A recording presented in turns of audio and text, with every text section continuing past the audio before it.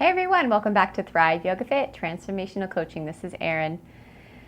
So two more days and our next batch of Coach School attendees will be arriving and I'm super excited. This is one of the best things that I do with my life and I'm really proud of the work that I do. I'm proud of the results that we help to create in people's lives.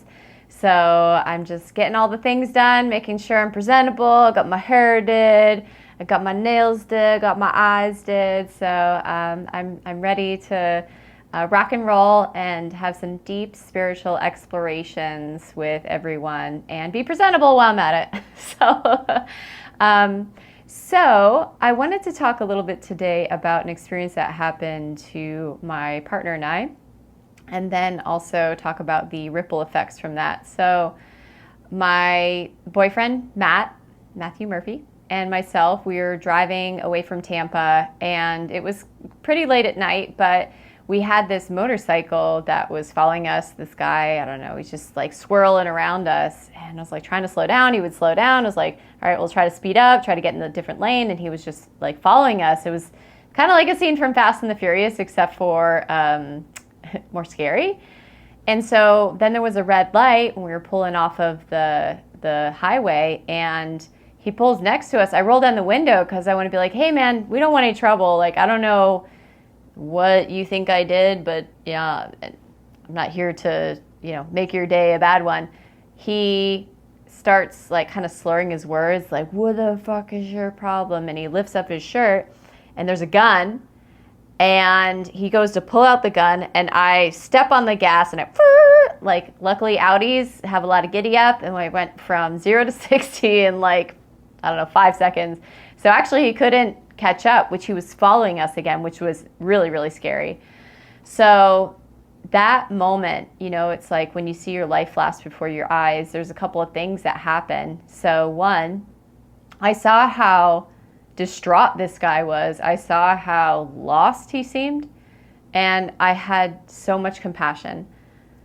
In that moment, I had so much love and compassion for him. Now, I still hit the fucking gas and got the hell out of there, but I had a moment where I thought, this guy is so far away from the experience of God.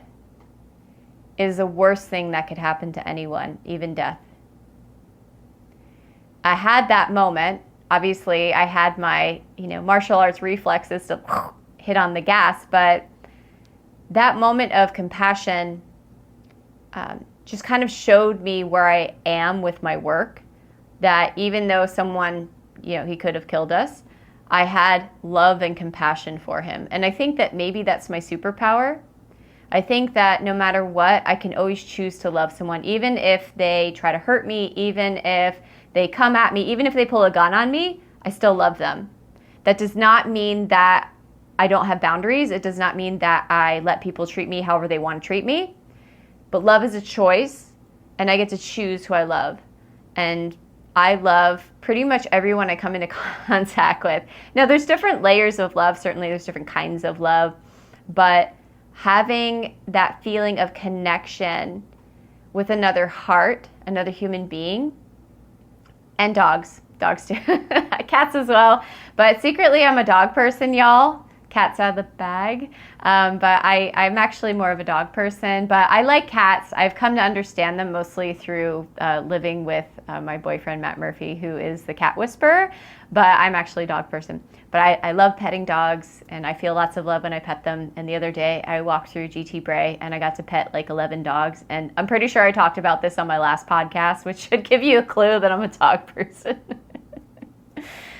But having compassion, even when someone has sort of a wickedness towards you, as they would say in the Yoga Sutra 1.33, the Maitri Karuna Murito Pekshana Sukha Punya Punya Vishayam Bhavanatas Chitta Prasadanam.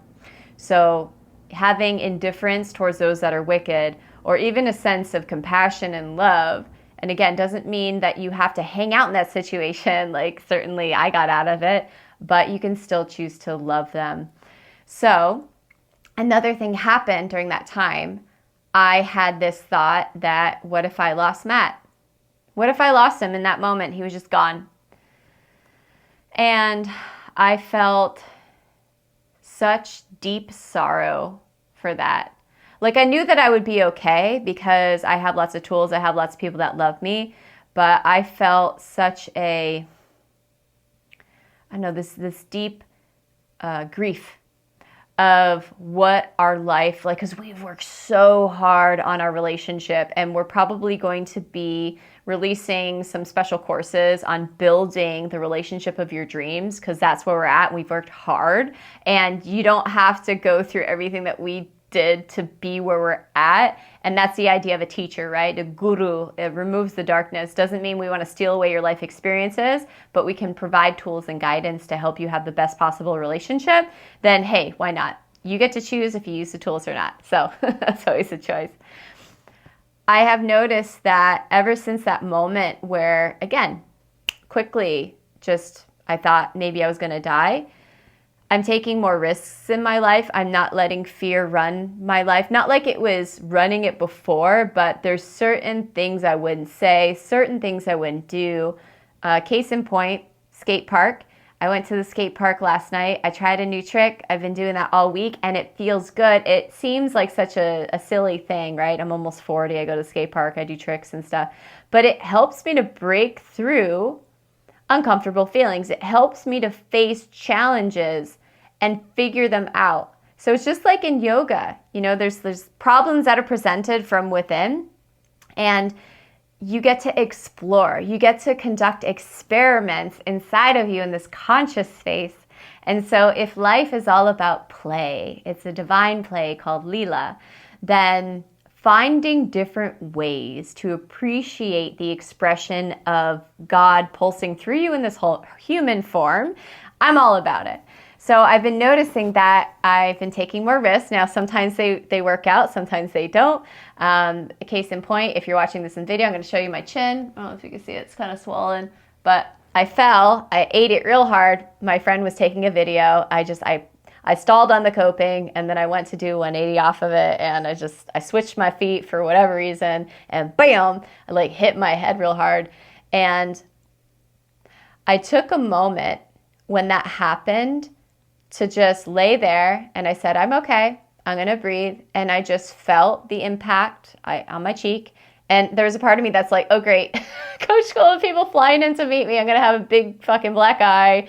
I'm gonna look like I'm all beat up. So, but I chose to stay with myself even when I felt uncomfortable, even when there was like, you know, trauma with the lowercase t.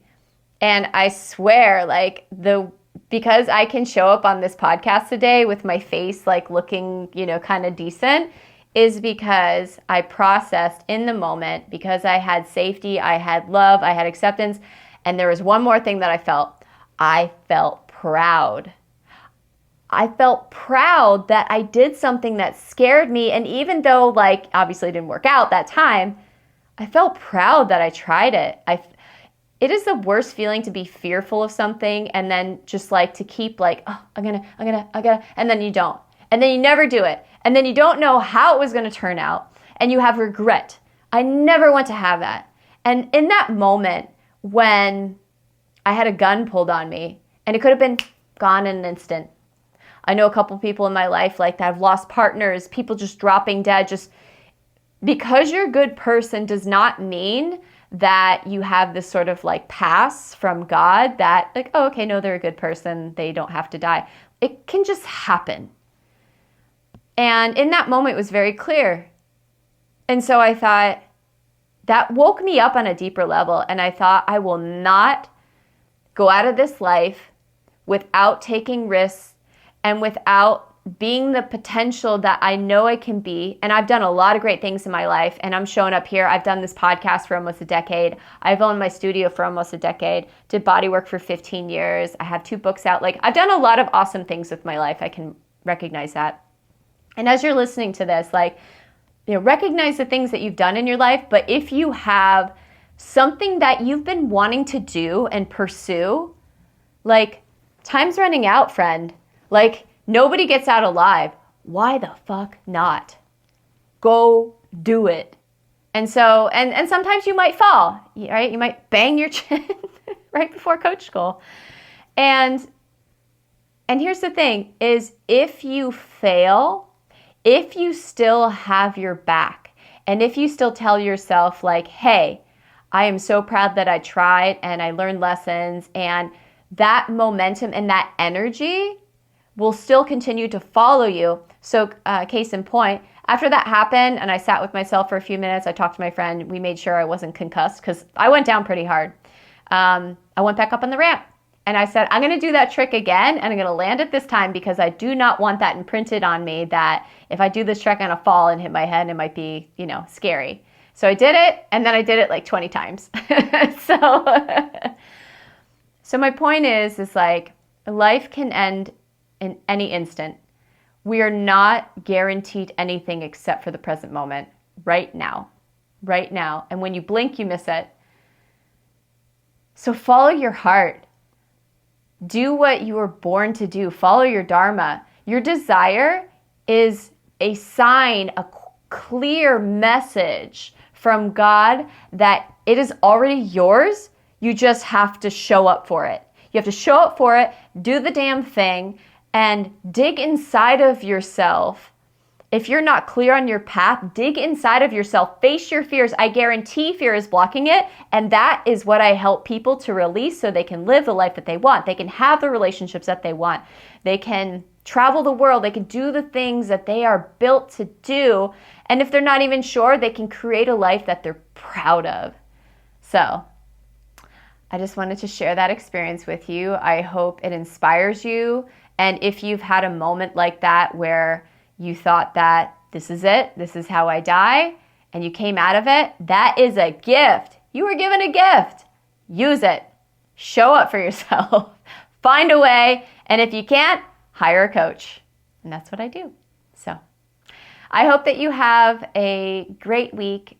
When you listen to this, I'll just be starting coach school. We have our next coach school starting September next year, 2024, September 21st. Those that enroll and pay in full, you get 4 free coaching sessions with me. So private sessions. So that's a value add of like $700. So if you're interested in that, and also you want to work with me personally, I am prioritizing those that are interested in my courses because I want to take people all the way. I'm the kind of person that I'm the kind of teacher that can see things that other teachers can't see. And I will call it out. I will call it out compassionately, but I will call it out. And I will help you to strategize how to work through it. If you do not have a teacher that does their own inner work, that does their own spiritual practices, chances are they will not be able to do the kind of things that I can do. So when you're selecting your teacher, just make sure that they're doing their own inner work. So we also have a yoga teacher training, and it includes 2 weeks in India. The modules in Florida can be done in Florida at Thrive Yoga and Fitness, or you can do them online. But the 2 weeks in India is non-negotiable. You have to go there with me. So if you want to get your 200 hour and you want to also go to India, boy, do I have a great training for you. I also incorporate life coaching, body work. We focus on Ashtanga, the 8 limbs of yoga, but we also incorporate alignment principles. It's a really well-rounded training. I've been doing this about 13 times, so I have a lot of experience. We're always improving the course. So yeah, I think that's it. I hope you have a great week, and I'll talk to you next week. Namaste. Thank you so much for listening. If you want to support the podcast and if it's helping you, please consider writing a review. You can go to iTunes or Google Play, go into the search bar and type in Thrive Yoga Fit Transformational Coaching, scroll down, and you can leave a review. This helps other people to find me as well as bumps us up in the search ratings. Also, this podcast is sponsor-free, so that means we don't receive anything for doing it.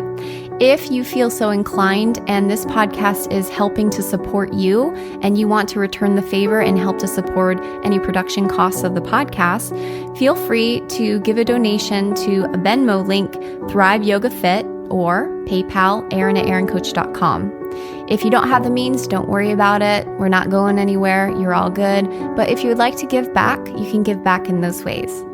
Thank you so much. Namaste.